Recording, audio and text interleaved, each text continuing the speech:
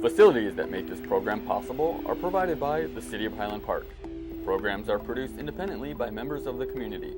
The City of Highland Park is not affiliated with the following program or the producers of public access programming and is not responsible for the content. The following program does not reflect the opinions of the City of Highland Park.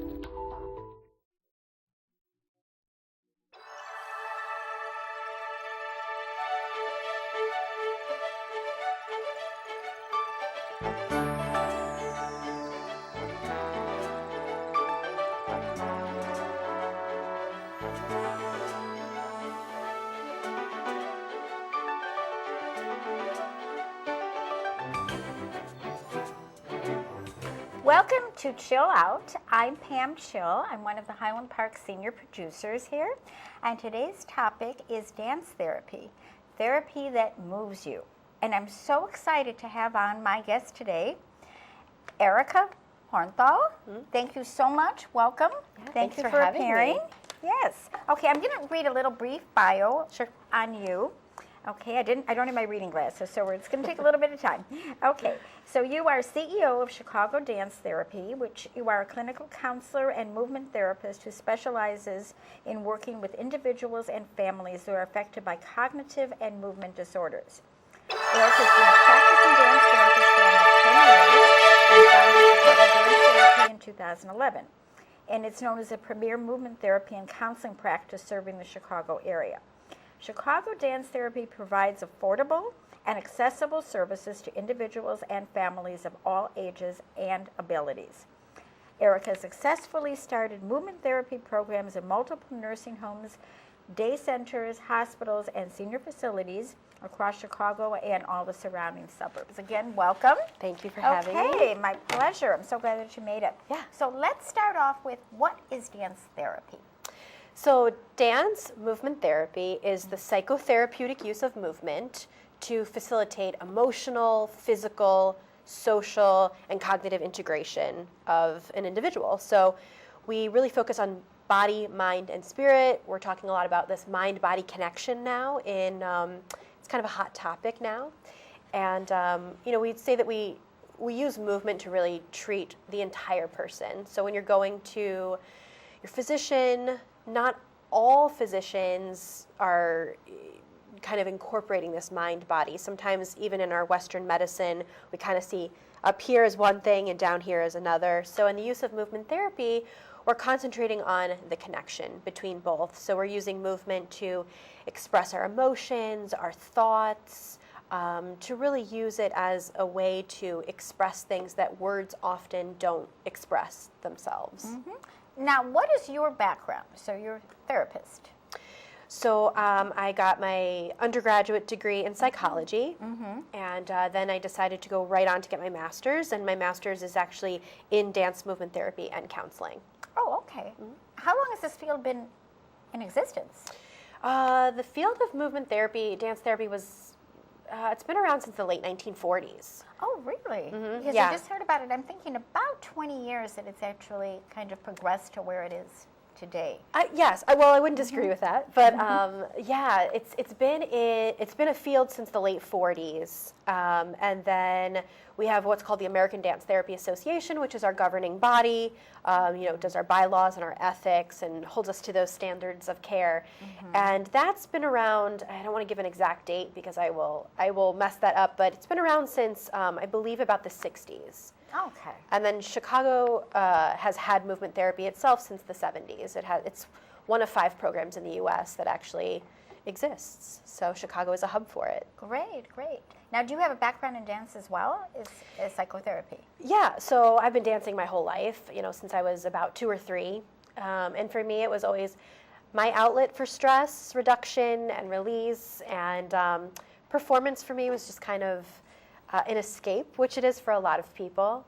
But I didn't really start to use dance as a way to express and, as a means of like nonverbal communication until I started school for movement therapy. It kind of opened my eyes to the possibilities of what movement can do for us. So yes, I've been dancing since I was little. It's always my favorite thing to do. I'm always the one dancing on the floor before everybody, on the dance floor before anybody else is. Oh, that's great. It's wonderful. But now I get to use it as a tool. So and that's how you got into the field of doing that, incorporating it. Yes and no. So I actually, it was a professor of mine. I was on the dance major track when I was a freshman in college, and just kind of knew that it wasn't the path for me, but my only option seemed like, it was dance or something else. And it was a professor that said, well, actually, you can incorporate dance with your love for helping people. I see you're taking a psychology class, and I know something where you can marry the two. And she said, you should look into dance movement therapy. And I did, and I went on to get my psychology degree, and then the rest is history. Wonderful, wonderful. Well, we're glad that you did that.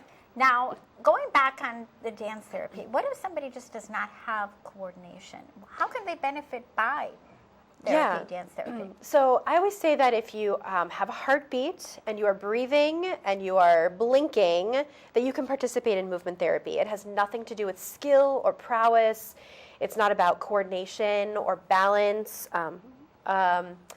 And I think that puts people at ease, because sometimes we see that word dance and it comes with its own stigma of, well, I have two left feet, or I have no rhythm. And truthfully, we all have a rhythm. We all have our own heartbeat. We all breathe differently. So I would say most of the clients that I see now probably wouldn't think that they have any coordination, but we move together with ease. It's not a choreography. It's not a stylized set of movements. All of the movement comes from the client or the group that I'm working with. So if somebody happens to be uncoordinated, I get to join them in their uncoordination. And then sometimes it enhances coordination. It certainly enhances our balance. But there's no right or wrong. You just get to bring who you are in the moment into the room. And sometimes that incorporates being uncoordinated, and that's okay. Absolutely. Now, what would you describe a session looking like?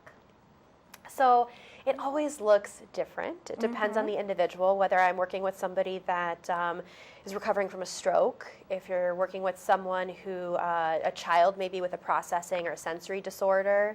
It always looks different, and every time we meet looks different, because we all have good days and we have bad days. So first and foremost, we try to get whoever's in the room present to their bodies. And so we might do some deep breathing. We do what we call a body warm-up. And so it's guiding the individual through the body. So from the head, neck, shoulders, all the way down to their feet, regardless of what they think they can or cannot move. It's self-guided. It's really at the pace of the client, so it's very gentle. And as the therapist in the room, I'm just picking up on their movements. So rather than me guiding them and saying, do this, do that, I ask them, or I say, move your shoulders. And as they start to move their shoulders, I move with them. So it's this partnership, it's this collaboration. And a group is really much the same. It's a little bit more difficult, I think, for the therapist. That's my own bias, because you have to pick up on everybody in the room, not just that one individual. So it's a lot of calling out, Joe is doing this move, let's try it. Joe is doing that move, let's try it. Miss Smith is doing this move, let's try it.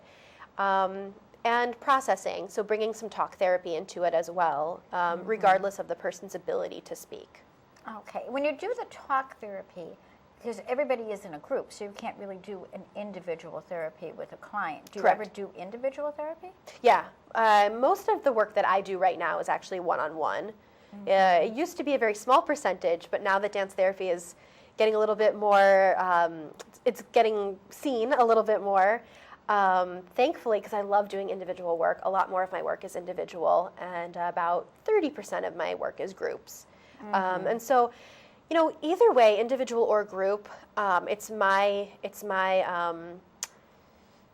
easier thing. to measure progress as an individual therapy?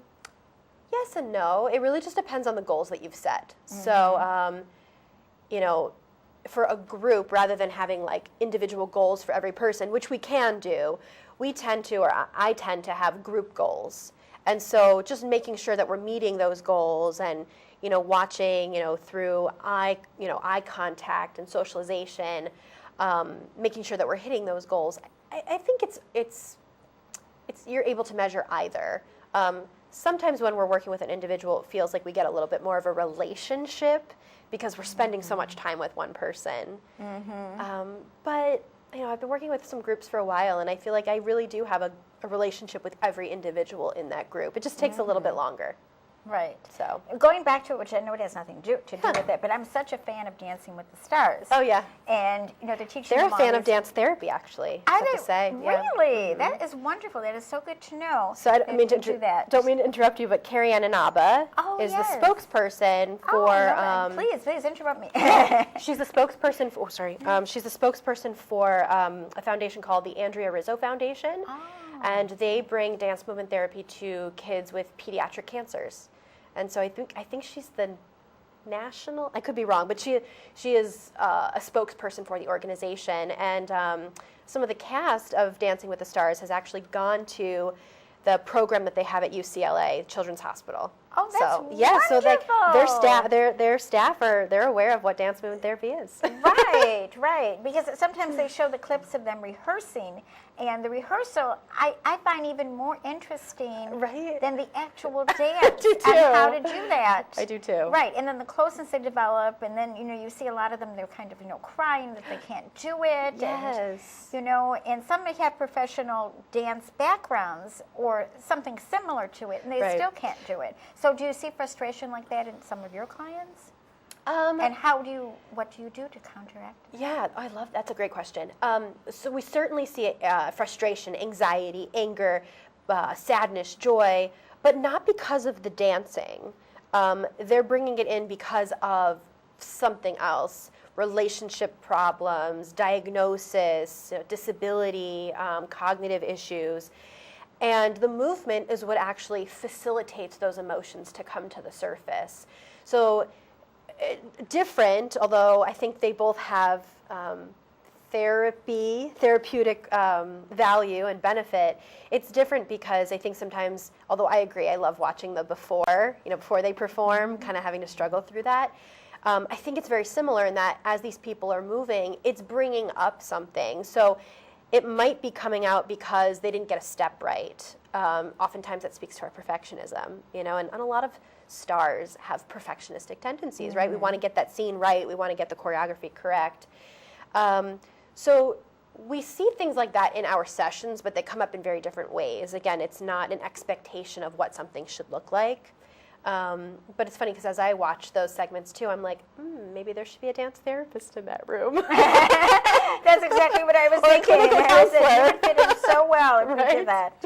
Because we could get them through those emotional, blockages a lot faster. Yes, it seems like it sometimes is. It's a fear of sometimes falling. Yeah. I see a lot of the fear of falling, that they can't, and then sometimes they do injure themselves. Right.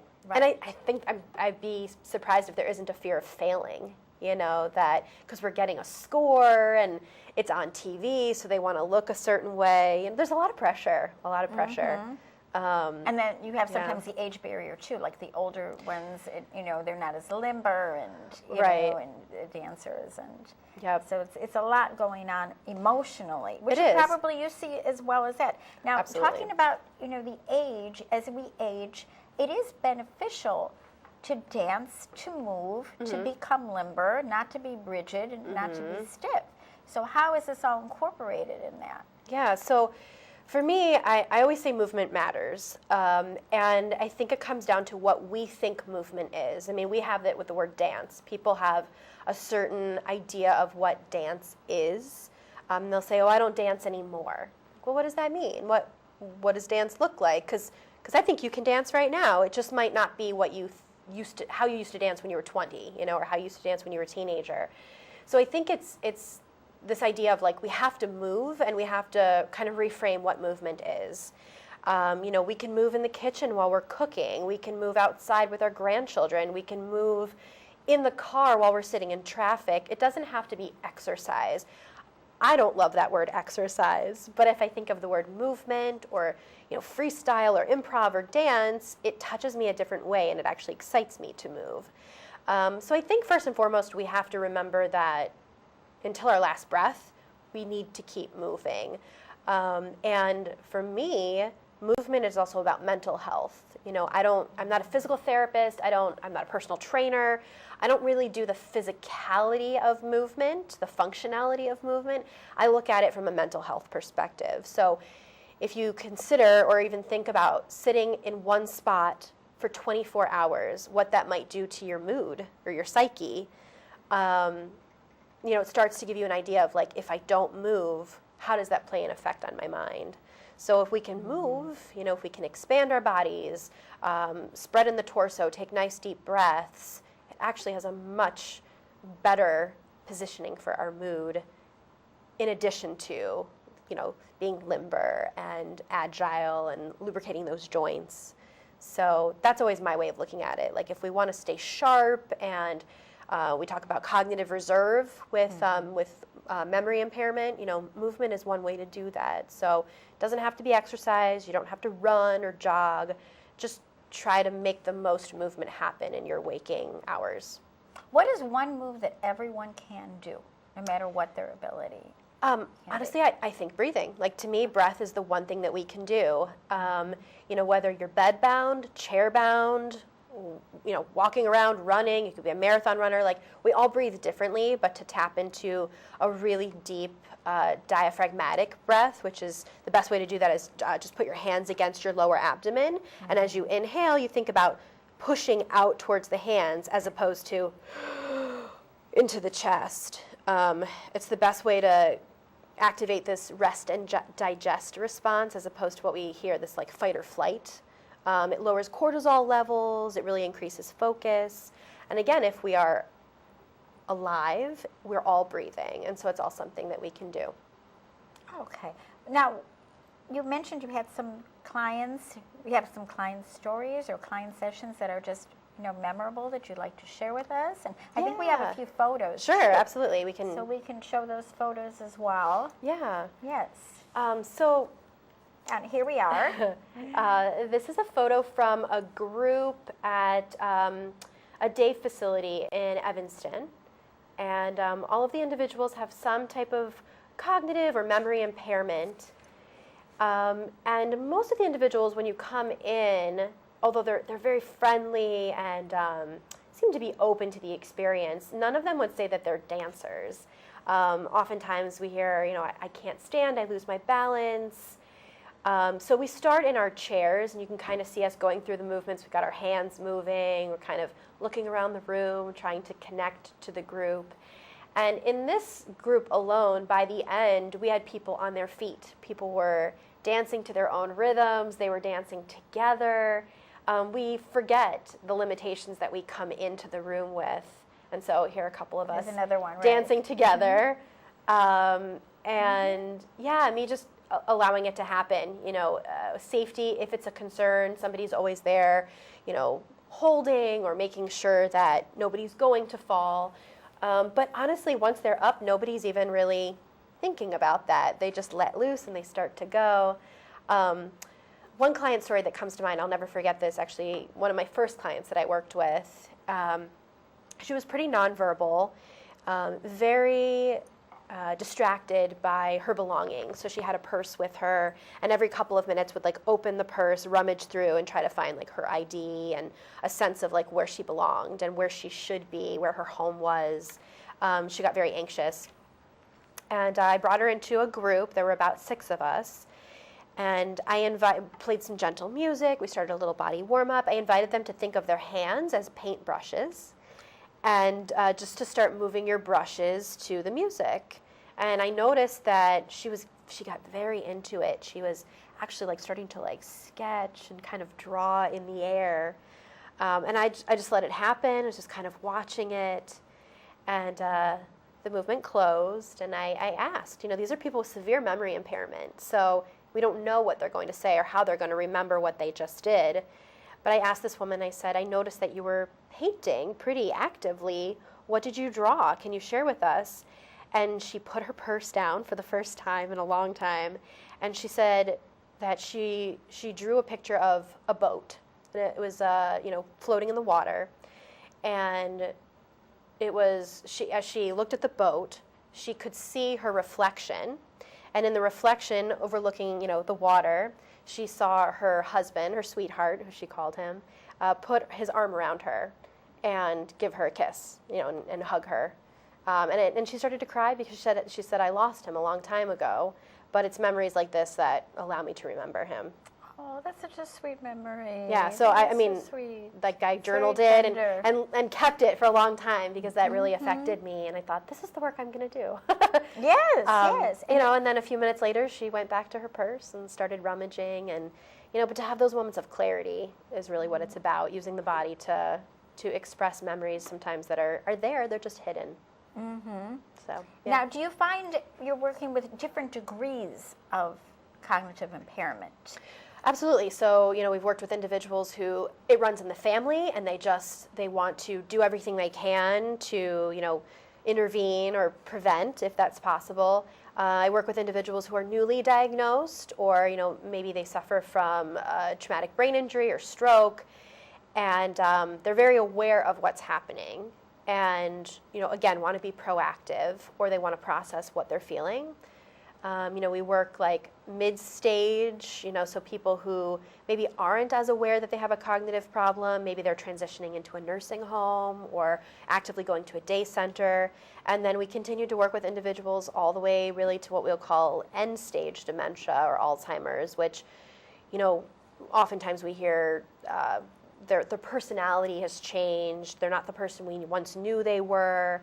But there's still somebody in there. There's still someone that deserves to be spoken to, and there's still integrity and a lot of wisdom there. So really all the way through, there's never an individual where, we say, oh, that person's not reachable. Everybody's reachable. It's just the techniques we use to reach them change. Mm-hmm. So to do the techniques to reach them, do you need families' permission to do any of this, or? So usually, depending on where the person is in, like if we're talking about cognitive impairment, where they are in their illness, we usually tend to hear from the family members, power of attorney or power of health care, and they're the ones, suggesting or setting their loved one up with these services, just like they would a physical therapist or, finding maybe a facility for them to move into if they're no longer safe at home. So yes, we have all of the documents in place, just like you would if you were going to go see, your physician or a talk therapist. We abide by HIPAA, so everything's confidential. And if there's anybody that they want us to speak to on that individual's behalf, we have to have clearance. We have to have everything signed off. So it's very difficult to film a session or have somebody see it. So hence we were able to get a few photos, which is always nice because people want to see what it looks like. But yes, we do get permission, and if the individual themselves are able to say, I want dance therapy and this is what it does for me, until they're no longer able to make those decisions themselves, they sign off on everything. When somebody needs to intervene, then the power of attorney or the guardian steps in.